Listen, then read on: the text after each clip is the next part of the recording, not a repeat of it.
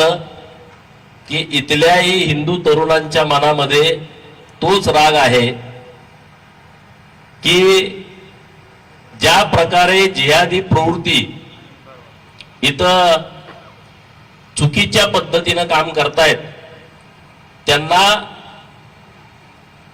प्रत्युत्तर द्यायचं आहे आणि म्हणून इतक्या मोठ्या संख्येनं हिंदू बांधव इथं एकत्रित आलेला आहे।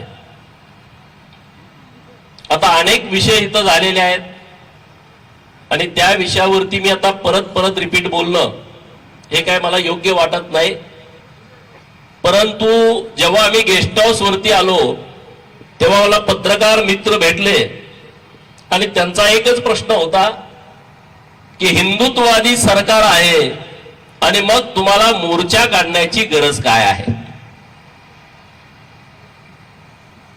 बऱ्याच विरोधकांचे पण हेच प्रश्न आहेत की सत्तेमधले आमदार आहे आणि तुम्ही मग रस्त्यावरती का उतरताय। महाराष्ट्रामध्ये हिंदुत्ववादी सरकार आहे आणि या सरकारचा नेता एकदम खमक्या आहे। सरकारचा प्रमुख नेता देवाभाऊ हिंदुत्वाचं रक्षण करण्यासाठी अत्यंत खंबीर आहेत आणि त्यांच्या कामातून आपल्या निदर्शनास आलाय की विशाळगडावरती जिहाद्यांनी केलेलं आक्रमण, प्रतापगडाच्या पायथ्याशी अफजल खानाच्या कबरीच्या बाजूने केलेलं आक्रमण, त्याचं चालू असलेलं उदात्तीकरण हे देवाभाऊंच्या सरकारने सगळं उद्ध्वस्त करून टाकलंय। हे अख्ख्या महाराष्ट्र आणि हिंदुस्थानाला माहित आहे। याच देवाभाऊंच्या सरकारनं देवाभाऊंच्या नेतृत्वात आणि हिंदुत्वासाठी काम करणारे आमचे सहकारी मित्र माननीय महेश दादा लांडगे यांच्या भोसरी विधानसभा मतदारसंघामध्ये 800 हेक्टरच्या वर सरकारी जमिनीमध्ये ज्या जिहाद्यांनी अतिक्रमण केलं होतं ते जमीन दोस्त करून टाकलं। ही देशातली सर्वात मोठी कारवाई आहे देशातली। आणि म्हणून सरकार सरकारच्या पद्धतीनं काम करताय। गोमातेला राज्यमातेचा दर्जा दिला, गो हत्या बंदीचा कायदा आणला, परंतु तरी त्यामध्ये काय बदल करण्याची आवश्यकता होती ते संग्राम बापूंनी त्यांच्या भाषणामध्ये सांगितलं। बीडच्या आमच्या आजच्या मोर्चाची मागणी काय आहे? सगळ्यात महत्वाचा विषय गेल्या 8-10 दिवसापासून इलेक्ट्रॉनिक मीडियामध्ये सुरू आहे, प्रिंट मीडियामध्ये छापून येतो आहे। तो मुद्दा काय आहे? आणि मी स्वतः राज्याचे मुख्यमंत्री माननीय देवाभाऊंच्याकडे पत्र देऊन मागणी केली आहे की बीड मध्ये जो तुरुंग आहे त्या तुरुंगामध्ये पेट्रस जोसेफ गायकवाड नावाचा जो तुरुंग अधिकारी आहे, जेलर आहे, आपण पिक्चर मध्ये जेलर बघितले बरोबर काय? पिक्चर मध्ये जेलर अन्याय करणारे आपले हिरो जेलमध्ये गेल्यानंतर त्याला मारहाण करतात, ते आपण पिक्चर मध्ये बघितले। पण ही अवलाद त्याच्या पुढची आहे। ह्या अवलादीला नोकरी लागली आहे। काय काम आहे याचं? कैद्यांची काळजी घेणं, कैद्यांनी पळून जाऊ नये, त्यांची व्यवस्था बघणं। परंतु हा करतोय काय? हा तिथं धर्मांतरणाचं रॅकेट चालवतोय। महाराष्ट्रामधले जे बोलतात की भाजपवाले हिंदू मुसलमान करतात, महाराष्ट्रातले अनेक विचारवंत तज्ञ तथाकथित, मी त्यांना तज्ञ मानत नाही, त्यांना घरात बायका जेवायला देत नाहीत, परंतु ते टीव्ही वरती असे सल्ले देत राहतात। मी असं का गेलो, तसं का केलं, ते पादऱ्यांना गोपीचंद पडळकर असं का बोलला, बरोबर ना? त्यांना मला सवाल करायचा आहे की बीडच्या जेल मधला हा पेट्रस गायकवाड आल्या आल्या त्यानं काय केलं, आल्या आल्या तुरुंगाच्या मेन एंट्रीचं गेट आहे तिथे एका झाडावरच्या तिथं छत्रपती शिवाजी महाराज आणि तुकाराम महाराजांचा एक फोटो होता. त्या भडव्यानं आल्या आल्या तो फोटो काढला. काय धाडस आहे बघा. म्हणजे हिंदू झोपला नाही, हिंदू अर्ध मेलाय. अरे छत्रपती शिवाजी महाराजांचा आणि तुकाराम महाराजांच्या भेटीचा फोटो हा अधिकारी काढतोय. एवढ्यावर थांबत नाही तो. पुढे जाऊन महात्मा गांधी आणि डॉक्टर बाबासाहेब आंबेडकरांचा फोटो काढून जिथं त्यांचा साहित्य ठेवलंय, म्हणजे टाकाऊ साहित्य, त्या खोलीमध्ये नेऊन ठेवतोय. तुरुंगाच्या एंट्रीला बायबल मधले स्लोगन असे 9 फोटो लावतोय एंट्री मध्ये. जेलमध्ये गेल्या 25-30 वर्षांपासून, अरे आमचा महाराष्ट्र ही वारकऱ्यांची परंपरा असणारा महाराष्ट्र आहे. अखंड जगामध्ये अशी कुठे वारी निघत नाही. आळंदीहून पंढरपूरला जगातल्या लोकांना प्रश्न पडलाय, अरे निमंत्रण नाही, पत्रिका नाही, लाखो लोक वारीमध्ये येत आहेत. अशा वारकऱ्यांचं कीर्तन आणि भजन जेलमध्ये गेल्या 25 वर्षापासून सुरू होतं. या हरामखोरानं ते कीर्तन आणि बंद केलाय, भजन बंद केलाय. मागच्या महिन्यामध्ये गणपती होता. अनेक वर्षांपासून गणपती जेलमध्ये कैदी बसवतात. हा म्हटला की इथं गणपती बसवायचा नाही. जेव्हा कैदी उपोषणाला बसले, ते आंदोलन करायच्या तयारीमध्ये आले, तेव्हा मग यांना गणपती बसवायला शेवटच्या दिवशी परवानगी दिली आणि तिथं म्हणे वाद्य वाजवायचं नाही.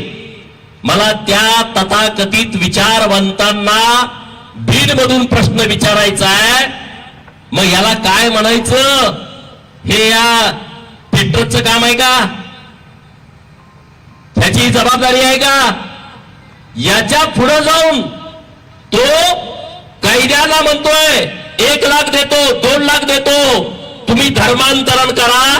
त्यातली 2 नावं आहेत, अमोल भवळे, महेश भवळे. यांना त्यांनी 1-1 लाख रुपये, 2-2 लाख रुपयेचा आमिष देऊन त्यांनी तक्रार पण दिलेली आहे. मग याच्यावरती काय कारवाई केली पाहिजे तुम्ही सांगा. करायला पाहिजे की नाही केली पाहिजे? आवाज येऊ द्या. करायला पाहिजे की नाही करायला पाहिजे? छत्रपती शिवाजी महाराजांचा फोटो काढतोय, काय केलं पाहिजे याला सांगा. हा,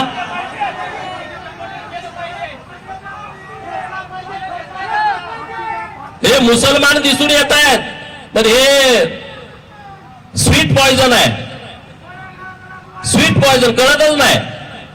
आम्ही प्रार्थना करतो, आम्ही तुमचा आजार बरा करतो, आम्ही तुम्हाला मदत करतो, आणि मग तुम्ही आमच्याकडे या, आमचा देव श्रेष्ठ आहे, आमच्या देवाला शिव्या देतात, तुडवतात. हे कसं काय चालेल? या गायकांवरती गुन्हा दाखल झाला पाहिजे. परंतु आगडला. आता त्याने छत्रपती शिवाजी महाराजांचा फोटो तिथं आणून लावलाय, बाबासाहेबांचा फोटो आणून लावलाय, महात्मा गांधींचा फोटो आणून लावलाय. ते जे 9 फोटो होते ते काढून गायब केलेत. ते काढले कुणी त्याची पण नावं माझ्याकडे आहेत. ते कुणी काढले फोटो? स्वप्नील पारडे नावाचा पोलीस शिपाई आहे, त्यानं ते सगळे फोटो काढून टाकले. म्हणजे यानं फोन केला, त्या बिचाऱ्याची काही चूक नाही. नंतर महाराजांचा फोटो वहीद खान नावाचा आहे, त्यानं तिथं आणून लावला. एक पादरी येतो तिथं, संजय गायकवाड नावाचा, आणि तो दर 3-4 दिवसानं जेलमध्ये येतो, 3-3 तास बसतो. अरे आपला कायदा आहे, जेलमध्ये कुणालाही जाता येत नाही. या पेट्रोलचा बाप जोसेफ जरी आला तरी कायद्यानं त्याला एंट्री तिथं द्यायची नाही. मग सुनील गायकवाड पादरी 3-3 तास तिथं येतोय आणि हे धर्मांतरणाचं षडयंत्र करताय. माननीय मुख्यमंत्री महोदयांच्याकडे मी मागणी केली, त्याच्यावरती कारवाई होईल. त्याला बडतर्फ केला पाहिजे, त्याच्यावरती गुन्हा दाखल केला पाहिजे. हा 302 मधला आरोपी आहे. तिकडे जेव्हा खानदेशात जेलर होता तेव्हा त्याने एका कायद्याचा तिथं मर्डर केलेला आहे. आणि याला एक उपमहानिरीक्षक लेवलचा अधिकारी आहे देसाई नावाचा, तो त्याला पाठीशी घालतो आणि म्हणून हा मस्ती करतो, हे माझं कोणी काय वाकडं करू शकत नाही, याची भाषा आहे. इकडे मोदी साहेबांनी आदेश दिलाय आपल्याला, एक पेड़ मां के नाम. त्यानं 3 ट्रक झाडं तोडून टाकली. मी चॅनलवरती त्या बातम्या बघितल्या. पण जिल्हाधिकाऱ्यांना हे दिसलं नाही का की एका तुरुंगामधला तुरुंगाधिकारी 3 ट्रक झाडं तोडतोय आणि तो म्हणतोय माझं काही वाकडं कुणी करू शकत नाही. तर ह्याच्यावरती तात्काळ गुन्हा दाखल केला पाहिजे आणि ह्याच्याला बडतर्फ करून टाकला पाहिजे. आणि हे तुम्हाला मला कळायला पाहिजे की धर्मांतरण कसं चालतं. लोक धर्मांतरण चालत नाही, हे भाजपवाल्यांना उगाच खुजले, हे काहीतरी करतात. हे काय मी सांगितलं नाही, ह्या लोकांची तुम्ही माहिती घ्या. हे लोकांनी माझ्याकडे माहिती पोच केली आहे. मी पेपर मधल्या विषय वाचले, मी टीव्हीवरती बातम्या आल्या त्या सर्च केल्या, त्या सगळ्या बघितल्या. आणि म्हणून हे तुमच्या निदर्शनास असावं, हे धर्मांतरण करणारे जे पाद्री आहेत म्हणजे हे अतिशय डेंजर लोक आहेत.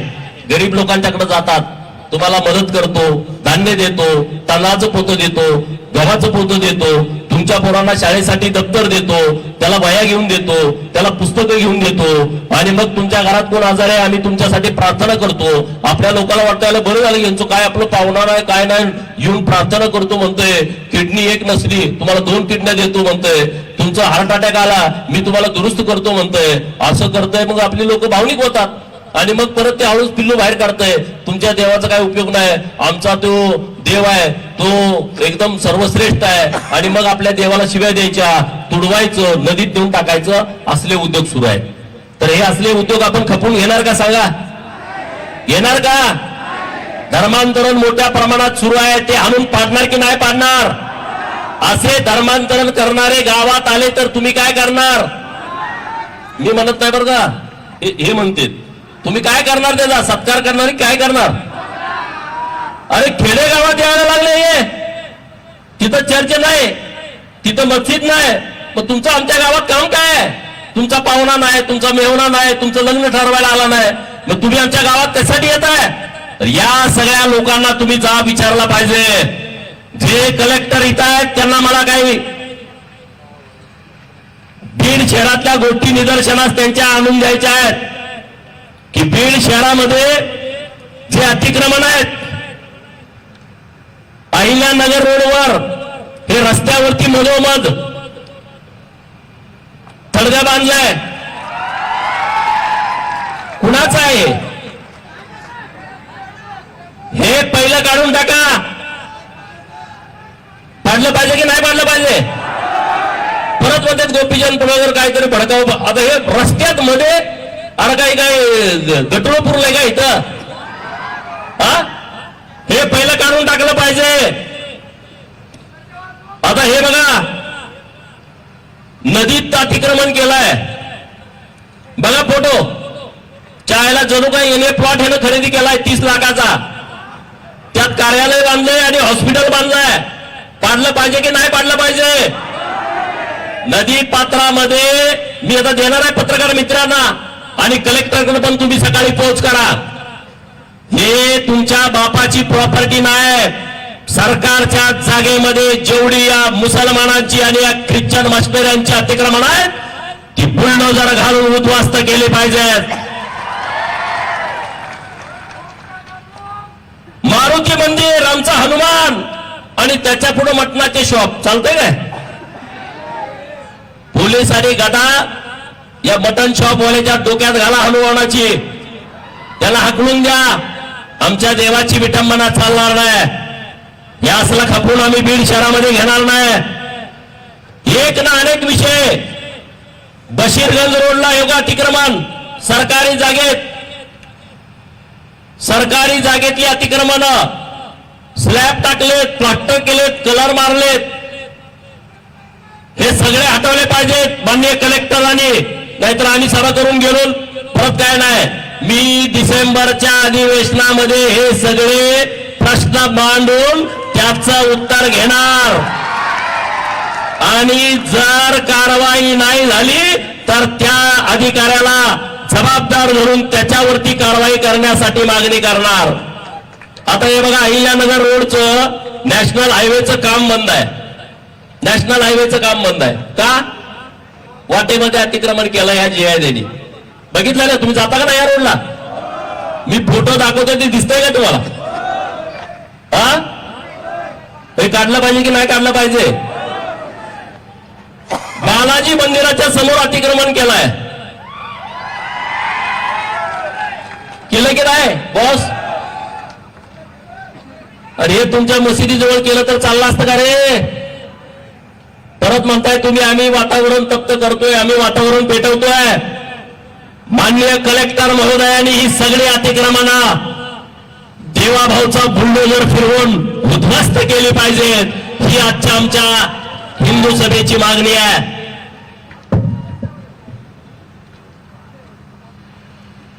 बीड शहरामध्ये तेलगाव नाका, नाळवंडी नाका परिसरामध्ये आदित्य शिक्षण संस्थेचं शिक्षण संकुल आहे आणि तिथं आमच्या हिंदू मुलींना हे पोरं त्रास देत आहेत, त्यांना जाळ्यात पाडतायत, प्रेमाच्या फसव्या, लव जिहादची प्रकरणं होत आहेत. तिथं एक पोलीस चौकी झाली पाहिजे, ही आमच्या हिंदू सभेची मागणी माननीय SP बीड यांच्याकडे आहे. आणि ज्या शहरामध्ये जेवढी कॉलेज आहेत त्या कॉलेजमध्ये विद्यार्थी सोडून दुसऱ्या तिसऱ्या कुठल्याच पुरुषाला, युवकाला एंट्री देता कामा नये. आणि ह्या परिसरातलं जे कॉलेज आहे तिथं जर हे